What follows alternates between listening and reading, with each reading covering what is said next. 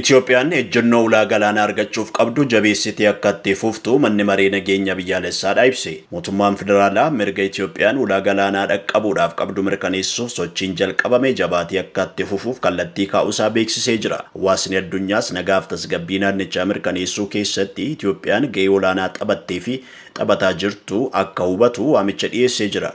Murteen mootummaa federaalaa kun walgahii mana maree nageenya biyyaalessaa har'a geggeeffame ilaalchisee ibsa waajjirri muummee ministeeraa baaseen ifoomee jira.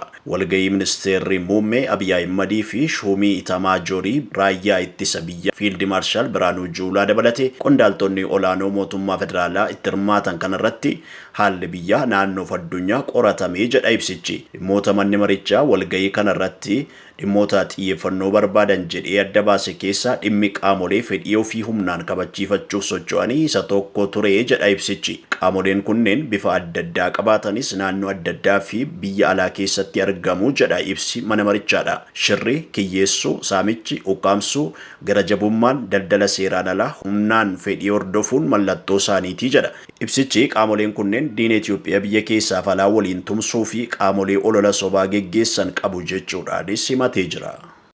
Godina Wallagga Bahaatti uummati giddaa ayyaanaa guyyaa har'aa kana sirna kadhannaa diriiraa geggeessee jira. Eebbaaf kadhannaan abbootii amantaa nageenya biyyaa fiduu keessatti iddoo olaanaa qaba jechuudhaan aanaa giddaa ayyaanaa magaalaa ayyaanaatti abbootii amantaa magaalaa ayyaanaa haala nageenya biyyaa irratti hawaasa magaalichaa hunda waliin sirna kadhannaa taasisanii jiru. Abbootiin amantaa magaalaa ayyaanaa waliin ta'uudhaan nagaa fi nageenya fiduu kan danda'u Waaqayyoodha waan ta'eef amantaan osoo waliin qoodiin argamuun Waaqayyoon araara gaafanna jechuudhaan guyyaa har'aa biyyaaf kadhannaa taasisanii jiru. Hawaasni magaalichaas waamicha abbootii amantaa isaanii dhaga'uudhaan har'a ganamarraa eegalee akkaataa amantaa isaatiin Waaqayyoon kadhataa oolee jira. Sagantaa kadhannaa kanarrattis abbootiin amantaa baraaf guyyoonni fuula duraa kan nagaa, gammachuu fi misoomaa akka ta'u hawwii qaban ibsuudhaan kadhannaa bal'aas taasisanii jiraachuu kominikeeshinii naannichaadhaa beeksisee jira.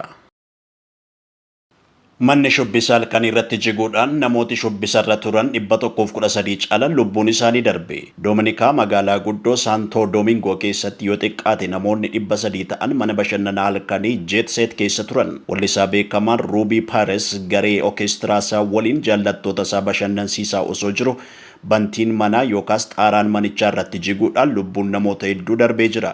Reeffi wallisichaas roobii ganama bakka balaan sun itti dhaqqabe argamu qondaaltonni baraarsaa himanii jiru.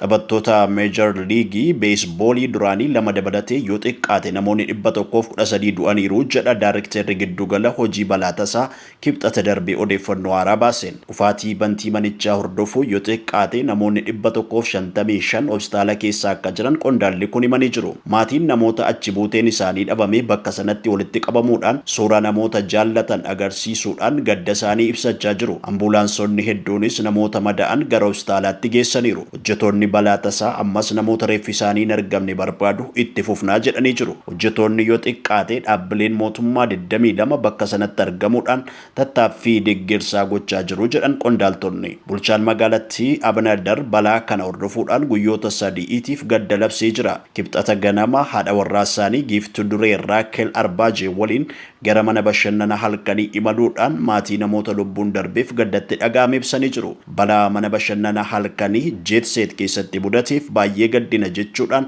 Abnaadar X irratti barreessee jira. CNN'n wabeeffanne.